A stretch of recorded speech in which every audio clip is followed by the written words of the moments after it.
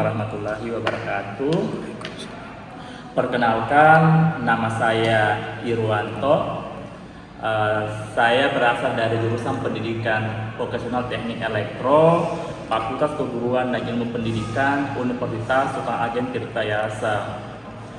Dengan membuat video ini merupakan salah satu persyaratan pernyataan diri dosen dalam unjuk kinerja Tridharma Perguruan Tinggi PDD UKT TPT di bidang pengajaran untuk sertifikasi dosen SMAP 2023.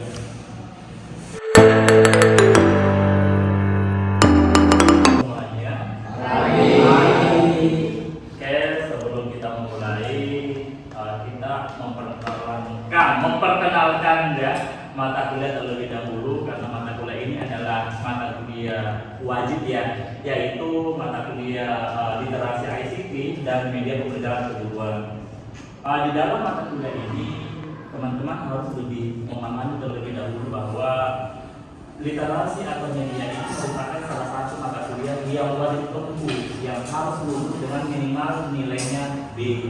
Nah, karena di dalam semester ini nanti ke depan biasanya banyak sekali mahasiswa yang mengambil dan dijadikan sebagai bahan rujukan untuk bahan skripsinya. Ya.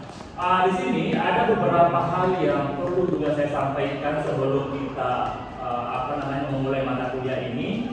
Mata kuliah ini adalah literasi ICT dan media pembelajaran keguruan. Adapun kode mata kuliah ini adalah PTE 619303 dan kelompok mata kuliah adalah pendidikan keguruan dan beban SKS-nya adalah 2. Ya, jadi teman-teman harus bisa belajar ya, memaksimalkan bagaimana cara teman-teman belajar di dalam memanfaatkan waktu ya. Ini di semester 3 ya. Kalau prasyaratnya saya kira tidak ada prasyarat ya.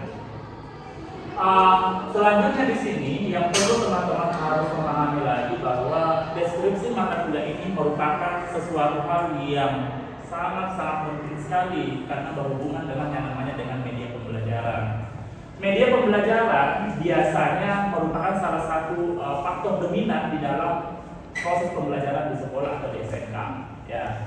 Untuk menjalankan kualitas pembelajaran, maka diharapkan seorang guru wajib membuat yang namanya dengan media pembelajaran. Dan ini ada beberapa deskripsi mata kuliah, diantaranya adalah sebagai materi literasi ICT, yang kedua adalah sebagai materi perkuliahan. Saya kira kemarin sudah saya kirim ya di dalam WA group, jadi teman-teman bisa belajar dan nanti dipertanyakan kalau ada yang kurang jelas ya. Capaian pembelajaran pun di sini sudah saya jelaskan ya, di mana mahasiswa wajib membuat yang namanya dengan produk media pembelajaran. Apakah itu nanti berbentuk dengan Android atau dengan multimedia pembelajaran ya. Jadi teman-teman di sini sangat-sangat diharapkan sekali bagaimana cara membuat yang disebut dengan storyboard ya, flowchart, sehingga nanti menimbulkan suatu media pembelajaran yang sangat interaktif ke depannya seperti itu ya. Capaian pembelajarannya di sini ada beberapa ya, teman-teman bisa melihat di sini di dalam pertemuan kita. Untuk pertemuan awal seperti ini, yang pertama adalah penyampaian materi. Saya kira penyampaian RPS dan materi pendahuluan, apa kira-kira itu media pembelajaran ya.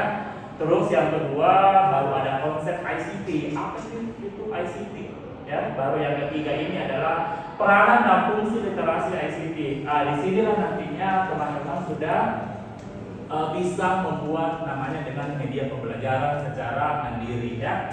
Terus yang berikutnya lagi adalah bagaimana cara kira-kira teman-teman itu memilih jenis media pembelajaran yang akan digunakan ya di dalam pembelajaran tersebut. Baru yang berikutnya adalah teman-teman juga bisa mengetahui kira-kira kelebihan dan kekurangannya ICT seperti apa ya.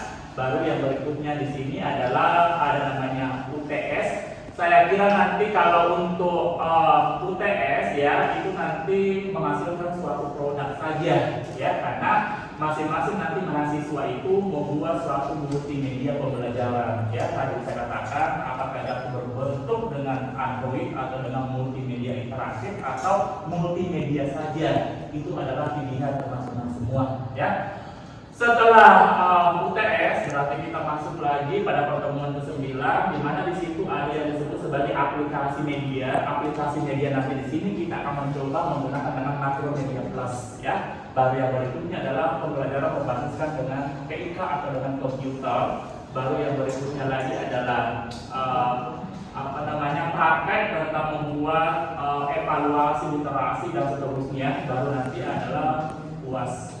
Saya kira kalau UAS juga nanti membuat yang namanya dengan produk pembelajaran, ya. Jadi mahasiswa itu saya memberikan kebebasan membuat media yang seperti apa, yang penting bisa digunakan sebagai pembelajaran di sekolah, ya. Masalah referensi, saya kira referensinya banyak sekali teman-teman, ya. Saya kira banyak di perpustakaan. Silakan Anda masuk dalam perpustakaan dan Anda membaca, ya. Dan di sini sebagai buku pegangan saya, nanti akan setiap kali pertemuan akan saya kirim materi pembelajaran kepada teman-teman semua.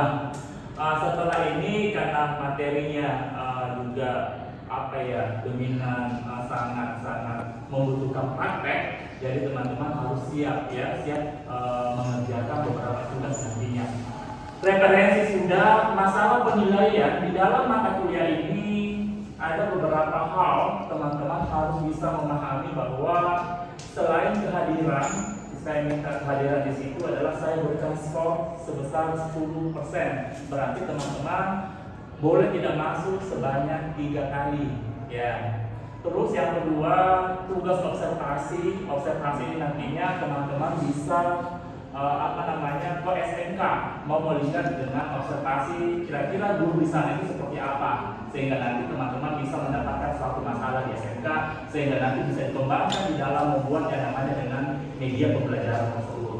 Baru nanti adalah UTS tadi sudah saya jelaskan bahwa teman-teman membuat yang namanya dengan media pembelajaran, ya. Baru nanti ada ujian akhir semester, ya.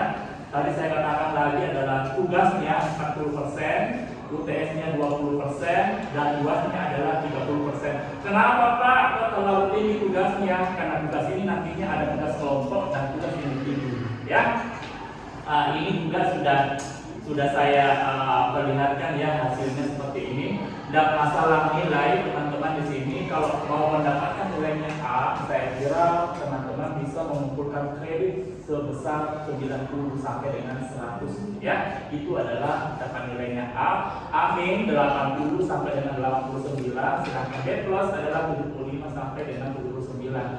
Saya kira ini adalah pedoman di dalam penilaian saya di dalam mengambil mata kuliah literasi ICT, ya, literasi ICT dan media pembelajaran keguruan. Ini karena ini adalah pertemuan awal, saya cuma hanya menyampaikan materi, ya. Jadi diharapkan nanti teman-teman apakah ada yang mau ditanyakan mengenai tentang masalah LPS atau seperti apa, silakan nanti ditanyakan, karena ini adalah penilaian saya di dalam mata kuliah literasi ICT dan media pembelajaran keguruan tersebut. Oke, itu barangkali setuju.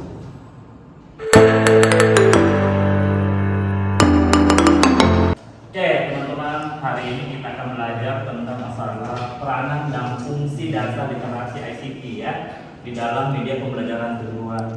Saya kira media ini adalah suatu perantara di mana seseorang guru dengan siswa dia melakukan suatu perantaraan supaya materi yang disampaikan kepada siswa itu mudah dipahami. Berarti dia menggunakan dengan media pembelajaran. Media ini adalah, ingat bahwa media ini merupakan adalah perantara, ya. Sepintar apapun gurunya itu tidak akan bisa tergantikan dengan yang namanya dengan media pembelajaran, ya. Nah, itu. Terus yang berikutnya lagi adalah teman-teman harus paham, ini merupakan salah satu ilustrasi bahwa guru itu sama halnya dengan motivator saja, ya. Artinya apa? Kalau kita seorang guru seharusnya ya sama dengan membawa sesuatu yang namanya dengan media, benda nyata di dalam kelas. Contoh, kalau saya berbicara tentang masalah gajah, berarti guru itu membawa gajah di depan kelas. Artinya apa? Secara real. Supaya siswa itu benar-benar paham, oh gajah itu seperti ini toh, oh gajah itu mempunyai kaki dan seterusnya. Nah, inilah yang biasanya disebut sebagai motivator saja seorang guru. Makanya banyak sekali siswa yang tidak memahami materi yang disampaikan oleh guru karena medianya kurang menarik digunakan oleh guru tersebut. Ya, oke. Secara teoritik, media ini kan sesuatu hal yang bisa menyalurkan suatu pesan. Tolong dipahami bahwa media adalah sesuatu hal yang bisa menyalurkan suatu pesan, yang bisa merangsang pikiran kita. Ya, artinya apa? Perasaan seseorang atau perasaan seorang siswa ingin tahu kira-kira materi yang disampaikan oleh guru itu seperti apa ya? Paham nggak sih? Saya nggak paham kalau misalnya materinya terlalu ini. Makanya kita menggunakan dengan media. Media ini disebut sebagai suatu dorongan. Di mana di situ dorongan, maka ada yang disebut dengan terjadi pembelajaran yang interaktif. Kalau cuma saya mengajar dan teman-teman di sini tidak pertanyaan, berarti hanya pembelajaran cuma satu arah saja. Tolong dipahami bahwa pembelajaran dua arah berarti adalah siswa bertanya atau mahasiswa bertanya, saya jawab, begitu pula dengan sebaliknya. Dan inilah yang disebut sebagai pembelajaran interaktif. Bisa dipahami? Oke, ya. Jadi teman-teman harus bisa memahami bahwa media itu apa sebenarnya, ya. Media pembelajaran di sini ada juga yang menyatakan bahwa media itu kan suatu medium, Pak. Oke, dari berbagai macam referensi yang kita baca ya, ada yang disebut sebagai perantara. Oke, ada yang disebut sebagai pengantar. Iya betul bahwa media itu adalah bagaimana caranya pesan yang disampaikan oleh guru itu bisa diterima oleh siswa dengan baik. Salah satunya adalah menggunakan dengan media pembelajaran. Media pembelajaran itu kan banyak contohnya ya. Apa saja kira-kira contohnya? Ada yang tahu? Ada yang tahu kira-kira media seperti apa saja? Seperti buku, apalagi kira-kira? Ayo, ada yang tahu apa saja? Jurnal, Pak. Jurnal. Terus apa lagi? Video pembelajaran. Video pembelajaran inilah biasanya yang paling menarik sekali. Kenapa? Kalau saya berbicara tentang masalah resistor, transistor, bagaimana cara penggunaan multitester, biasanya kita menggunakan dengan video supaya siswa bisa memahami dengan cepat. Bisa dipahami sampai di sini? Oke, ya. Jadi inilah biasanya ya teman-teman bahwa di dalam pengalaman pembelajaran menurut dengan jurnal ya, itu semakin tinggi ke atas semakin apa? Paham nggak? Semakin tinggi ke atas berarti semakin apa? Sulit dipahami ya. Semakin ke bawah berarti adalah semakin mudah karena kita melakukan pengalaman buatan. Pengalaman buatan di sini adalah apabila saya menggunakan dengan simbol verbal, kalau saya mengajar, kalau saya cuma menggunakan dengan simbol-simbol saja, kalian paham nggak? Kan tidak paham. Berarti kalau saya silakan Anda belajar, silakan baca jurnal, silakan baca ini kan yang disebut ya. Berarti Anda paham secara jelas di dalam pembelajaran tersebut. Bisa dipahami kira-kira?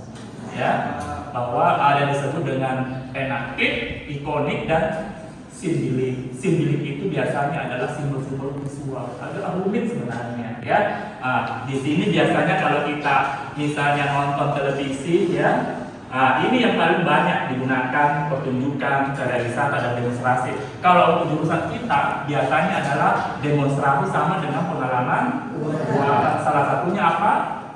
Observasi berbola dan industri. Bisa dipahami? Oke, apakah ada pertanyaan? Monggo silakan.